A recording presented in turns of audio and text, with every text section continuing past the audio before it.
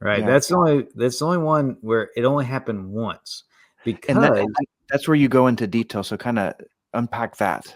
sure, absolutely.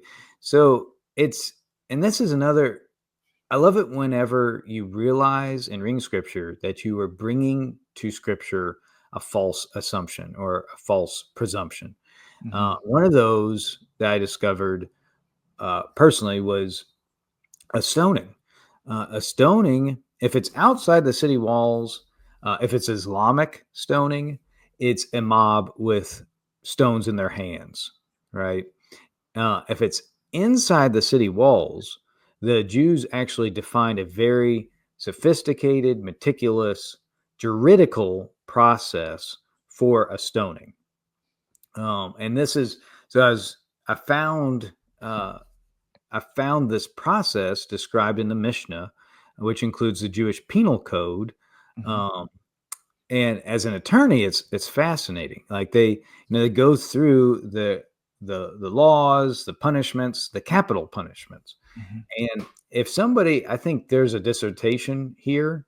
If somebody's researching moral theology and capital punishment about how the Jews, even though stoning is a gruesome way to die, even in this more humane, which is it's kind of a hard word to use to describe stoning.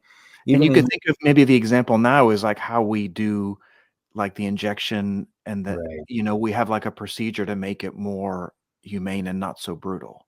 exactly, and the Jews took pains to avoid unreasonable disfigurement, pain, prolongation of pain, which is that's our approach in today's times.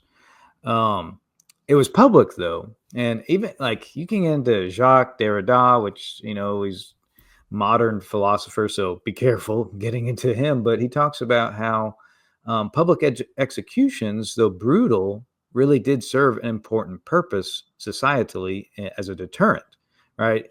And not to get down that road, but um, so it's very interesting when you're reading about the penal code, the Jewish laws for capital punishment, how they did take pains to avoid undue pain and stoning.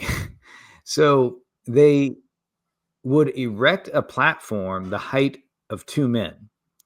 The platform would be 2 men tall, not 3 men tall, not 1 man tall, because if it's just 1 man tall, you're just going to get injured.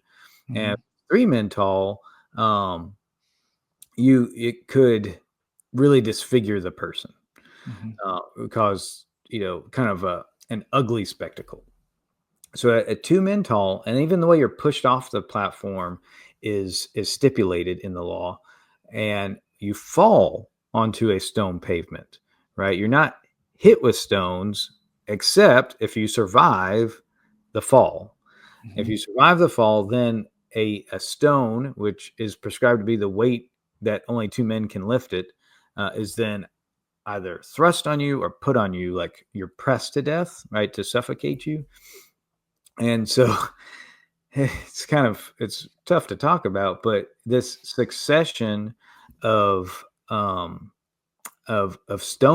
of falling on the stone and then being pressed to death, was designed to ensure you were dead. Yeah.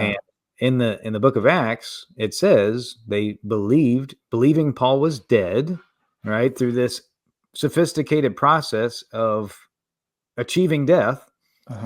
They then dragged his body out of the city, and outside the city, the disciples gathered around him and prayed, and he arose.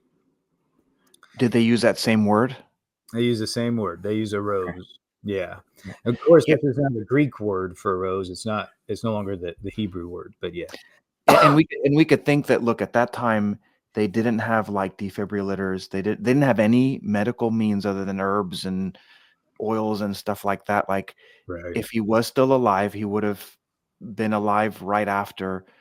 There's no way that they just resuscitate him. They wouldn't have had like whatever that thing's called, Yeah. Yeah. to do on his heart. So and your body's broken in stone. Yeah. You know, it